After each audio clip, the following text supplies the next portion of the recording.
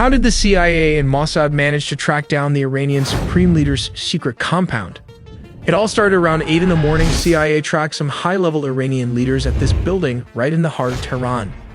U.S. intelligence shared a critical tip with their Israeli counterparts. For months, they've been quietly hacking into Iranian communication channels using Space Force low-orbit satellites. But pulling off a strike isn't that simple.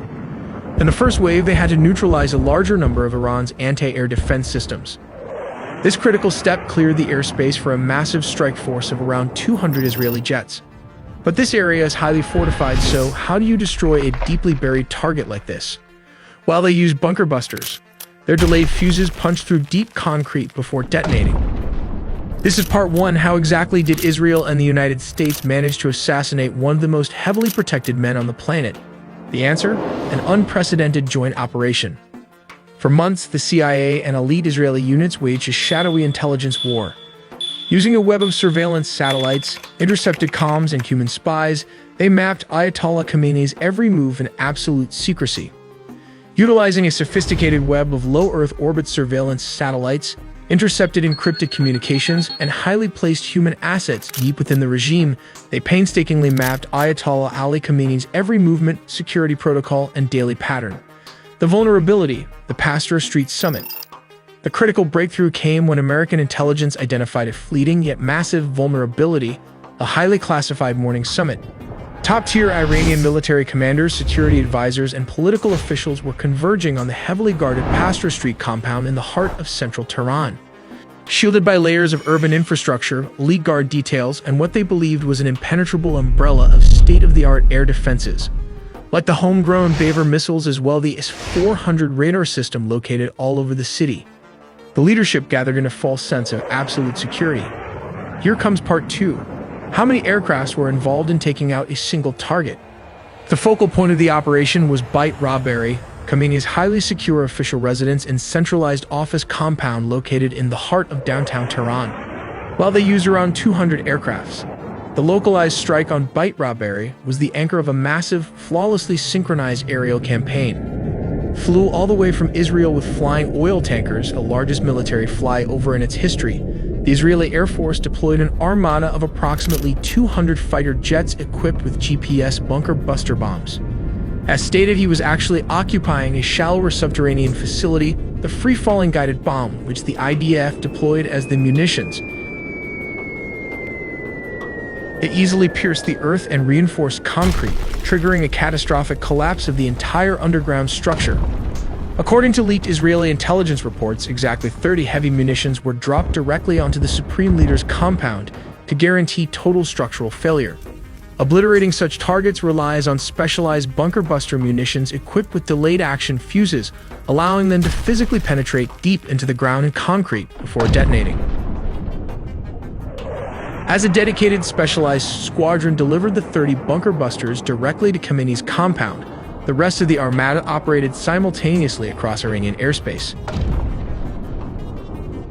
They dropped hundreds of munitions to cripple over 500 targets, instantly blinding critical air defenses and neutralizing ballistic missile silos. Here comes part 3, and this is Iran's mistake. How the Iranian made a very big mistake to protect its leader. Because he was occupying a shallower subterranean facility, the deployed munitions easily pierced the earth and reinforced concrete, triggering a catastrophic collapse of the entire underground structure. Intelligence sources later revealed a critical tactical flaw in his positioning. He was not sheltering in one of the compound's 2 deepest maximum security bunkers facilities that would have required the heaviest, highly specialized U.S. ordnance to crack. If he had switched places, he would have been at least safe. And here is part 4, how many were exactly killed. While the complete list of eliminated targets is still undergoing global intelligence assessment, the strike successfully decapitated Iran's operational leadership in a single devastating blow. Killed alongside Khamenei were top-tier military figures, most notably Major General Mohammad Pakpour, the head of Iran's Revolutionary Guard, and top national security advisor Ali Khamenei. Tragically, the blast also claimed the lives of several of Khamenei's family members who were present. But the first wave with 200 jets and U.S. Tomahawk cruise missiles did not just hit his compound. The U.S. cruise missiles was the one to take out anti-air defense system, while the 200 IDF jets took out the Iranian leadership. All in all, US and Israeli forces struck approximately 2,900 targets across Iran, according to US Central Command, in just one day. Reports suggest the CIA allegedly penetrated Iranian communications by bombarding them with spam calls, jump calls, and online breaches. This data doesn't just result in spam and scam attempts. It can also affect your insurance rates and ultimately will lead into a loan denial just when you might need credit. Incognito helps protect your privacy by regularly scanning and preventing data brokers from re-uploading your information. You'll also get a clear, real-time dashboard to track the status of your data. As an add-on with Incognito Unlimited plans, you can gain access to this custom removal tool. That's where Incognito comes in. Copy the link of any site exposing your information. Go to the custom removals tool, paste the link, and click submit. That's it. Then wait about 30 to 45 days, and just like that, your data is removed. So take your personal data back with Incognito. Use code AITELLY with the link below, incognito.com/AITELLY, and get 60% off on an annual plan. But what weapon was used to penetrate layers of concrete? Well, they have this bunker buster bomb. It has a laser sensor at the front, and just behind that are adjustable fins. In the midsection, there is a warhead that weighs approximately 650 pounds containing tritonal explosive. This is a mixture of 80% TNT and 20% aluminum powder. Finally, we have the retractable fins at the rear. To give you a better sense of its size, comparing it to a person can be helpful. The casing has a length of approximately 19 feet long, which translates to around 5 meters. This section is made of an artillery barrel, which is very strong, and has a diameter of 14.5 inches, which translates to around 37 centimeters, making it relatively narrow. They intentionally made the smaller cross-sectional area. This means the bomb displaces less material, whether earth or concrete, as it penetrates layers of reinforced bunkers or building, thus allowing it to travel further to almost 100 meters. At first glance, it appears to be an ordinary 6-story residential building, complete with a solar-paneled roof. However, there's more to this structure than meets the eye. What makes this building particularly noteworthy is its underground basement, which is rumored to contain a network of tunnels. These tunnels are believed to serve as emergency escape routes, adding to the site's strategic importance. We've put together a few different scenarios to help you better understand the IDF's assassination tactics. The CIA and IDF would employ spies and agents to gain information on a high-value target. With a clear line of sight, the operative waits for confirmation that the high-value target has arrived at the meeting point. This target reportedly arrived at underground headquarters in the southern suburbs for a meeting with several top leaders. The tip-off was allegedly received by Israeli officials on the afternoon of Saturday, September 27th. A fighter jet was expected to target and illuminate the building using its laser targeting pod, focusing on one of the specific buildings. Subsequently, a dozen of F-15 jets dropped not one but 80 bombs of various types.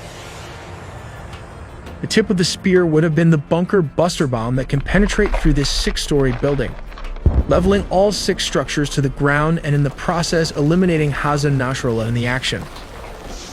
Let's consider scenario 2. If an Iranian spy had not assisted the IDF, a Mossad agent or soldier might have been nearby, confirming Nasrallah's location or possibly illuminating the target with a ground-based laser. In this case, GPS coordinates would have been transmitted to the IDF. Once ready, the F-15 jets would have dropped around 80 bombs of different types, leveling the entire 6-building complex. The reason for dropping so many bombs was to ensure the elimination of a high-value target like Hassan Nasrallah. Unfortunately, the collateral damage resulted in a significant number of innocent civilian casualties, a tragic cost associated with this operation. And finally, we have scenario 3, which is the most likely. Hacking Hezbollah's communication system for the last 5 years to intercept encrypted messages without deploying any agents into Lebanon or Beirut.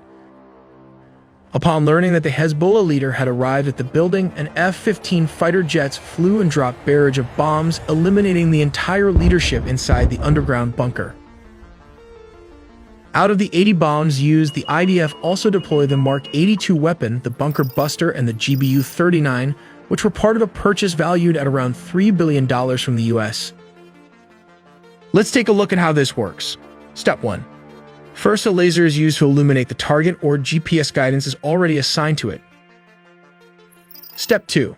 An F-15 jet flies near the illuminated target and the bomb is released. Step 3. Once the bomb is dropped, the guidance system at the front connects with the tail and fins. This enables the bomb to make precise adjustments, guiding it accurately to its target. Step 4. As mentioned, this is a bunker buster bomb designed to penetrate around 6 meters of reinforced concrete bunkers and can travel up to 100 feet of soft ground or buildings. Step 5. In the past, the GBU-28 has been equipped with a delay fuse like this one, allowing it to detonate after penetrating its target, rather than exploding on impact. The bomb contains 700 pounds of TNT, which generates a blast radius of several hundred meters, quite significant for a bomb of this size. As an engineering channel, we will also look into how these Mark 80 and 82 series of weapon can be turned into a guided bomb.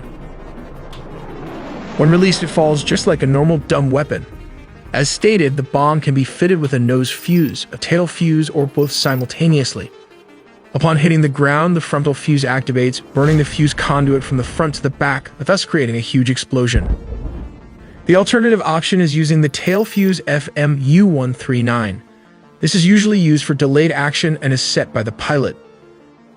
When it hits the target, the weight of the bomb will penetrate the concrete surface of a building, the fuse activates, and the conduit rod, which creates the 500-pound explosion after a few seconds as programmed. This can create a lot of damage considering its small $4,000 price tag. We also made a deep dive into the sea, air, and land components of the nuclear triad, so subscribe for more videos to not miss a beat.